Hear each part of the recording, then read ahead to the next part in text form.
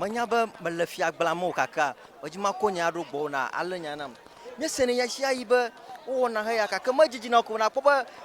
viara ga joro do na poba you see it clear be na jojom le fia glamo do fia be enuyo amadom no wa yeta ko leji alo won to mo kom sesembe enuyo wo mo la yo atro cho enuyo ko yo wo wo gbagbalma yo atro cho bo a because you ata won kuno be mia wonu ya bo fia maji go a choma no me jinure kama kuna se obo na na wa jola fi ko e ga de tototo e fi agbalama. What do you think is yenye nwa agbagbalam? Le nyateƒe me mi kata megbeto ko mienye magbledo ngo be nu yo kata wo fu ya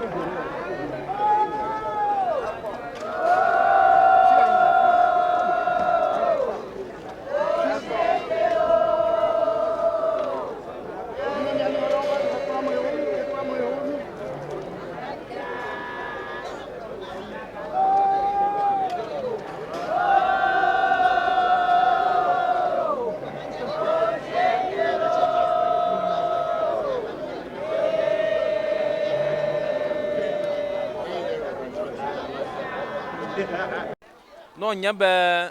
de kawo ma iko glofia agba ma chama ma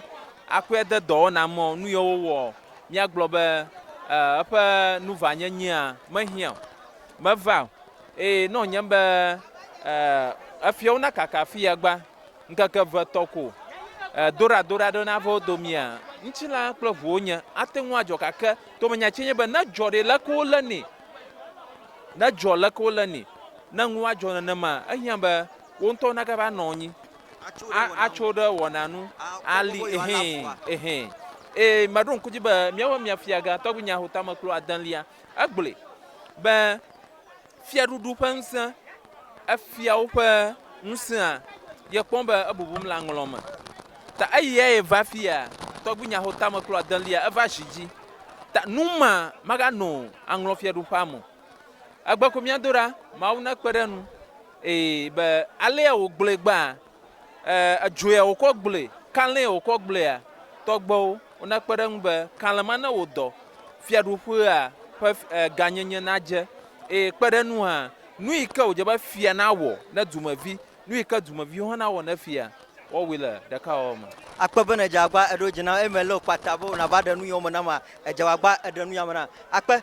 vision yenyama John Agbetiafa ekene na ide le Jubilee Radio Saturdays aro Saturdays ga ewo kofa sere ga wi evekwa ayi wona nu wona vovovo la fuma ekenye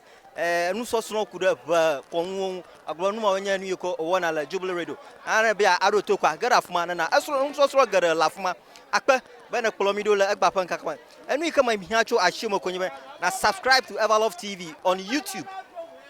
Everlove TV on YouTube. The notification they on plus we share ikame da video e yodia wanya nuke adogbo baga goma ka ba yide YouTube na subscribe na wona pom le Facebook a ya kokpolo yide me ma yide YouTube na subscribe to Everlove TV plus we miapo nwo na na nyenu ike anogbo odum ahia yi akpa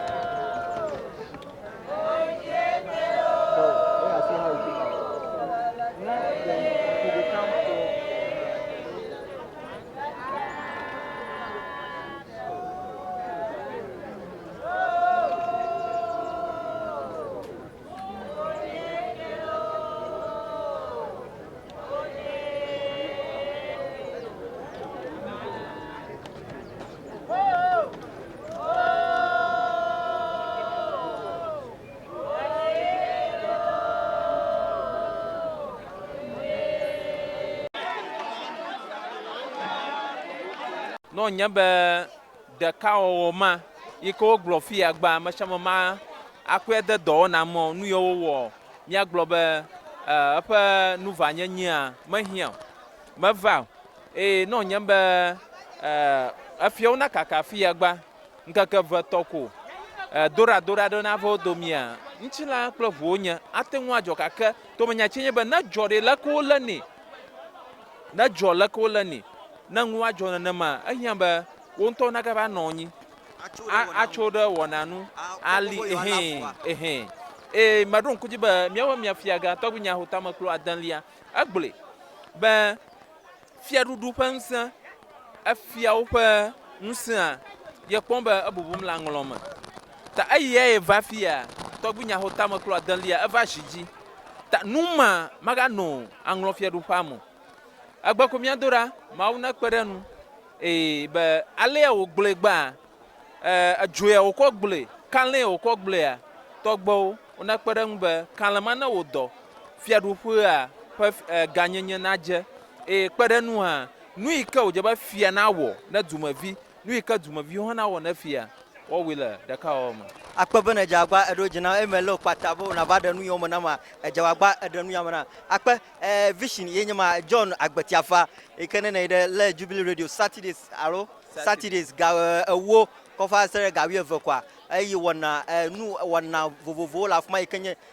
nu sosno kuda ba konwon agbo nu ma wanya nu yeko wona la Jubilee Radio ana bia aro tokwa gara fuma na asro nu sosro gara la fuma akpa bana kolomido la agba pan kakwa enu ikama mihacho ashimo konye na subscribe to Everlove TV on YouTube. Everlove TV on YouTube.